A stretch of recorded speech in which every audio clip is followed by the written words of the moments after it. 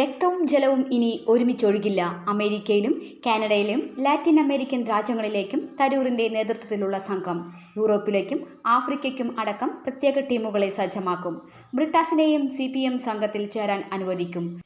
ലോകരാഷ്ട്രങ്ങളെ അറിയിക്കുക, തീവ്രവാദത്തിനെതിരായ യുദ്ധം തുടരുമെന്ന് സന്ദേശം. പാകിസ്ഥാനെതിരെ ഇന്ത്യ ഒറ്റക്കെട്ടാകുമ്പോൾ. നമ്മുടെ രാജ്യത്തിൻ്റെ പൊതുവായ വിഷയം വരുമ്പോൾ രാഷ്ട്രീയം നോക്കാതെ കഴിവുള്ളവരെ അല്ലെങ്കിൽ അതിന് കൂടുതൽ യോജിച്ചവരെ തിരഞ്ഞെടുക്കുക എന്നത് തന്നെയാണ് ഏറ്റവും ഉചിതമായ തീരുമാനം. അതുതന്നെയാണ് ഇവിടെ കേന്ദ്ര സർക്കാർ കഴിഞ്ഞ ദിവസം നടത്തിയതും. ഓപ്പറേഷൻ സിന്ദൂറുമായി ബന്ധപ്പെട്ട കാര്യം ലോകത്തെ അറിയിക്കാൻ കേന്ദ്ര സർക്കാരിൻ്റെ വിദേശ പര്യടന സംഘത്തെ ശശി തരൂർ MP നയിക്കും. കേന്ദ്ര സർക്കാരിൻ്റെ ഇതു സംബന്ധിച്ച ക്ഷണം ശശി തരൂർ സ്വീകരിച്ചു കഴിഞ്ഞു. ഇങ്ങനെ രാഷ്ട്രീയം നോക്കാതെ ഒറ്റക്കെട്ടായി നിന്നാൽ പിന്നെ ലോകത്തെ ഒരു ശക്തിക്കും നമ്മെ തോൽപ്പിക്കാൻ കഴിയില്ല. ശശി തരൂർ ഒരിക്കൽ ബ്രിട്ടീഷ് പാർലമെൻറ്റിൽ പോയി അവിടെ ബ്രിട്ടൻ ഇന്ത്യയിൽ ചെയ്ത കൊള്ളരുതായ്മകൾ തുറന്നു കാട്ടിയ ആളാണ്. അതുകൊണ്ട് തന്നെയാണ് കേന്ദ്ര സർക്കാർ ശശി തരൂരിനെ നിയമിച്ചിരിക്കുന്നതും. പഹൽഗാം ഭീകരാക്രമണത്തെയും ഓപ്പറേഷൻ സിന്ദൂറിനെയും തുടർന്നുള്ള നിർണായക നയതന്ത്ര നീക്കത്തിൽ ഇന്ത്യയുടെ നിലപാട് വിദേശ രാജ്യങ്ങളെ ധരിപ്പിക്കാൻ കേന്ദ്ര സർക്കാർ സർവകക്ഷി സംഘത്തെ അയക്കുന്നത് പാകിസ്ഥാനെ നയതന്ത്രപരമായി കൂടി തകർക്കാൻ. 6 സംഘങ്ങളാവും ഉണ്ടാവുക. ഇതിൽ അമേരിക്കയിലേക്കുള്ള സംഘത്തെയാണ് ശശി തരൂർ നയിക്കുക. അമേരിക്കയിലും കാനഡയിലും ലാറ്റിൻ അമേരിക്കൻ രാജ്യങ്ങളിലും ശശി തരൂരിൻ്റെ നേതൃത്വത്തിലെ സംഘം സന്ദർശനം നടത്തും. കോൺഗ്രസിൽ നിന്ന് ശശി തരൂരിന് പുറമെ മനീഷ് തിവാരി, അമർ സിംഗ്, സൽമാൻ ഖുർഷിദ് എന്നിവർ സംഘത്തിലുണ്ടാകുമെന്ന് പാർട്ടി വൃത്തങ്ങൾ അറിയിച്ചു. 1994 പാകിസ്ഥാനെതിരെ ഇന്ത്യ ഇത്തരമൊരു നയതന്ത്ര നീക്കം നടത്തിയിരുന്നു. അന്ന് പ്രധാനമന്ത്രി നരസിംഹറാവുവും പ്രതിപക്ഷ നേതാവ് AB വാജ്പേയിയും സംയുക്തമായി ലോകരാജ്യങ്ങൾക്ക് മുമ്പിൽ ഇന്ത്യയുടെ നയതന്ത്ര നിലപാട് നേരിട്ട് വിശദീകരിച്ചു. 2008 മുംബൈ ആക്രമണത്തിന് ശേഷവും സർവകക്ഷി സംഘം വിദേശത്തേക്ക് പോയി. തുടർന്ന് പാകിസ്ഥാനെ ഗ്രേ ലിസ്റ്റിൽ കൊണ്ടുവരാനും കഴിഞ്ഞു. സമാന നീക്കമാണ് നടക്കുന്നത്. പാകിസ്ഥാനെതിരെ അമേരിക്കയെ ചേർത്ത് നിർത്തുക എന്നതാണ് ഇന്ത്യൻ നയതന്ത്ര ശ്രമം. ചൈനയിലേക്ക് ഇന്ത്യ പ്രതിനിധി സംഘത്തെ അയക്കുകയുമില്ല. ഇതും ശ്രദ്ധേയമാണ്. തുർക്കിയിലേക്കും ഇന്ത്യൻ സംഘം പോകില്ല.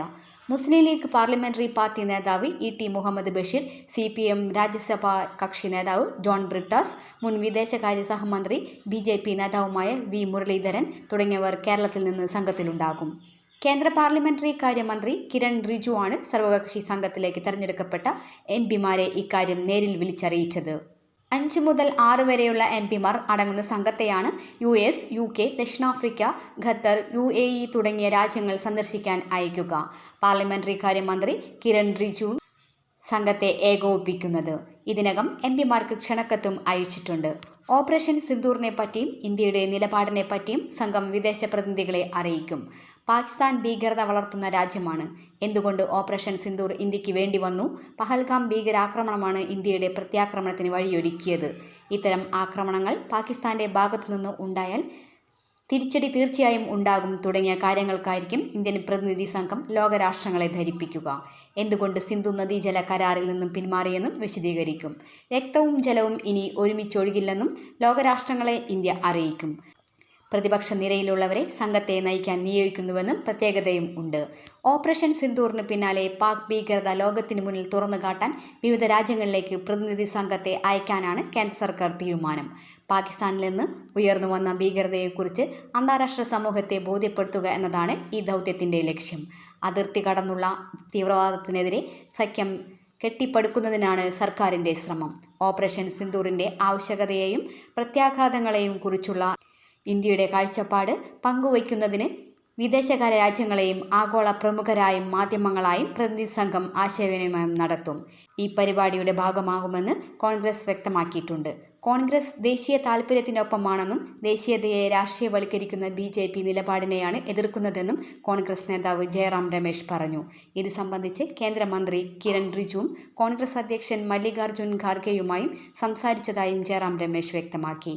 ഏപ്രിൽ 22 കാശ്മീരിലെ പഹൽഗാമിൽ പാക് ഭീകരർ നടത്തിയ ആക്രമണത്തിൽ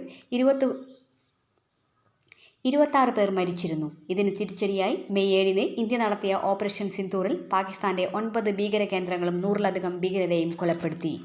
അതേസമയം ഇന്ത്യയിലേക്കുള്ള ക്രൂഡ് ഓയിൽ കയറ്റുമതിയിൽ സുപ്രധാന നേട്ടവുമായി US. UAEയെ പിന്തള്ളി ഇന്ത്യയുടെ 4ാമത്തെ വലിയ ക്രൂഡ് ഓയിൽ വിതരണക്കാരായി US മാറിയെന്നാണ് ഏറ്റവും പുതിയ റിപ്പോർട്ടുകൾ വ്യക്തമാക്കുന്നത്. ഏപ്രിൽ US ഇന്ത്യയിലേക്കുള്ള ക്രൂഡ് ഓയിൽ വിതരണം ഏകദേശം ഇരട്ടിയാക്കി. അതായത് പ്രതിദിനം 0.33 ദശലക്ഷം ബാരലുകളുമായി US-ന്റെ ഇറക്കുമതി ഉയർന്നു. മാർച്ചിൽ 0.24 MBD-യും മുൻ വർഷത്തെ ഇതേ കാലയളവിൽ 0.17 MBD-യുമായിരുന്നു അമേരിക്കയുടെ വിഹിതം. ഏപ്രിൽ ഇന്ത്യയുടെ ക്രൂഡ് ഇറക്കുമതിയുടെ 7.3% വിഹിതം US നേടി. UAE-യുടെ വിഹിതം 6.4%. അതേസമയം ഇറാഖ്, സൗദി അറേബ്യ എന്നിവർ ഏപ്രിൽ മാസത്തെ കണക്കുകളിലും 2ഉം 3ഉം സ്ഥാനത്ത് തുടർന്നു. റഷ്യൻ, ഇറാഖ് ഇറക്കുമതികളുടെ വിതരണത്തിൽ വർധനവുണ്ടായപ്പോൾ സൗദി അറേബ്യയും UAE-യും മാർച്ചിനെ അപേക്ഷിച്ച് ഇടിവ് നേടിയതായും കണക്കുകൾ പറയുന്നു.